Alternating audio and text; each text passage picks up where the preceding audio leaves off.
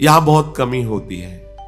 ध्यान देने योग्य बात है, मंत्रों पर अविश्वास मत करो, नाम पर अविश्वास मत करो। तुम अनुष्ठान को जानते ही नहीं कैसे किया जाता है। एक कामना की पूर्ति, तुम विश्व की कामना की पूर्ति कर सकते हो, विश्व की कामना की पूर्ति। बोले आप क्यों नहीं कर लेते? क्योंकि हम विश्वात्मा की कामना किए हुए हैं, हम विश्व की नहीं। हम जिस बात की कामना किए हुए हैं उसके लिए विश्व का विस्मरण करना है।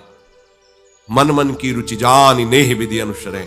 हम प्रियालाल की मन की बात जानकर उनकी सेवा में रत होना चाहते हैं। नहीं, नाम और मंत्र में इतनी ताकत है, आप उसको समझ नहीं पाए।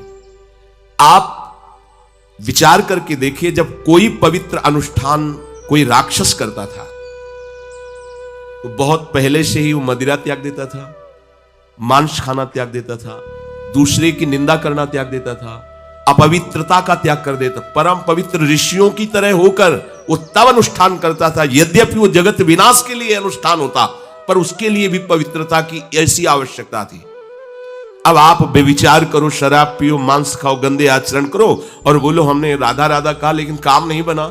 वो बोल रहे थे कि कितना भी बड़ा संकट हो, फिर बोल रहे हैं। अगर भयानक से भयानक विपत्ति को ऐसे न नष्ट कर दे तो बता देना, कृष्णाय वासुदेवाय हरे परमात्मने प्रणतः क्लेशनाशाय गोविंदाय नमो। इसका जप करो और जब तक तुम्हारा काम पूरा ना हो जाए ब्रह्मचर्य से रहो। झूठ मत बोलना, मदिरा मत पीना, मांस मत खाना, और नाकाम हो जाए तो मैं बताना कि भारी से भारी विपत्ति का नाश करके भगवान श्री कृष्ण का आश्रय उसे ऊंचे उठा देगा, इस जगत की धरा से उठा देगा।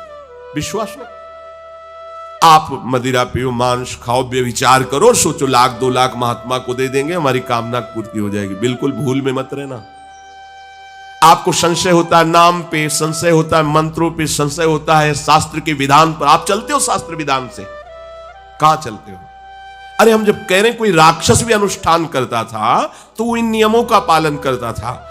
इतना अनुष्ठान में कि मेघनाथ को पैरों से मार रहे हैं बंदर भालू, पर वो ना मंत्र छोड़ रहा है, ना हिल रहा है, ना उनकी तरफ देख रहा है।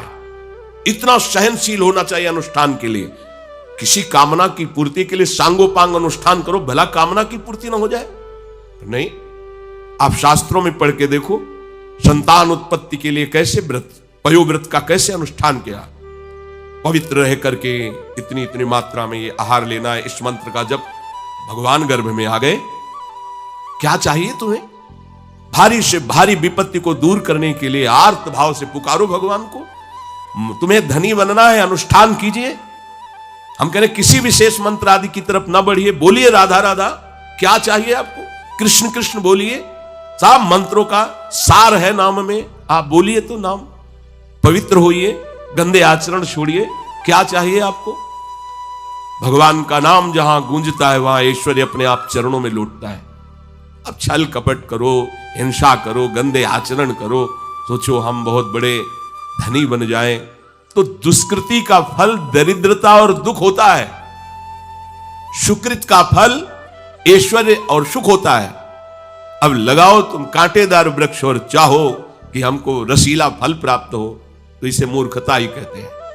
फिर दोष देता है काल, कर्म, ईश्वर को, शास्त्रों को, मंत्रों। अरे कुछ नहीं, नाम मंत्र में जरा सी भी अनुष्ठान में त्रुटि हो जाए तो उसका फल बदल जाता है। आप कहां अनुष्ठान कर रहे हैं? कौन सा अनुष्ठान कर रहे हैं? सबसे पहला नियम अनुष्ठान का होता है पवित्र आचरण, ब्रह्मचर्य, सत्यवाद, पवित्र भोजन, संयम से। कोई भी अनुष्ठान कर, किसी भी विषय का अनुष्ठान करके देखो, अभी हो जाएगा। ये तो हमसे नहीं होगा तो फिर आप बड़ी बड़ी कामनाएं करते हो, हवा में कामनाएं पूर्ण हो जाएंगी।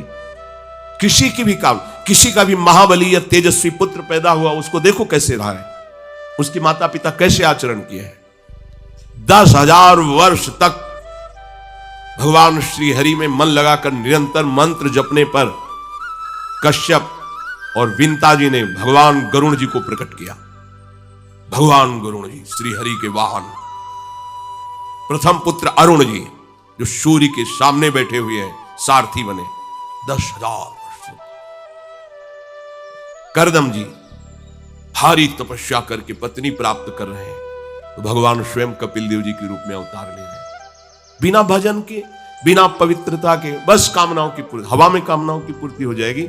मनमानी आचरण, कुछ नींबू काट दो, उसमें सिंदूर रख दो, या कलावा बांध दो, या अंगूठी बांध लो, या जंतुर मंत्र बांध लो, भस्म, इनसे कुछ होगा?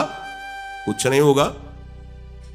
राधा राधा राधा राधा राधा, जो कर चाहोगे हो जाए, पर पवित्र आचरण, साथ में पवित्र आचरण हो। एक किसान भी अन्न बोता है तो खेती को तैयार करता है। आपको अपने हृदय की भूमि तैयार करनी होगी। कामना पूर्ति के लिए ऐसे थोड़ी चला जाता है।